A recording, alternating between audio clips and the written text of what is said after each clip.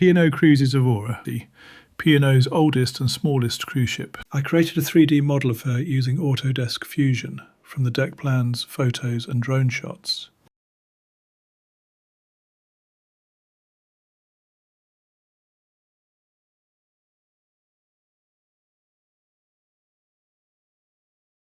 I then printed out a 1:1000 scale version of her on a Bambulab H2C printer in 11 colours.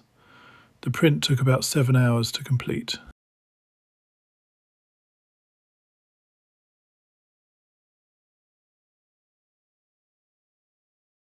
I have published the 3D files for free download on makerworld.com.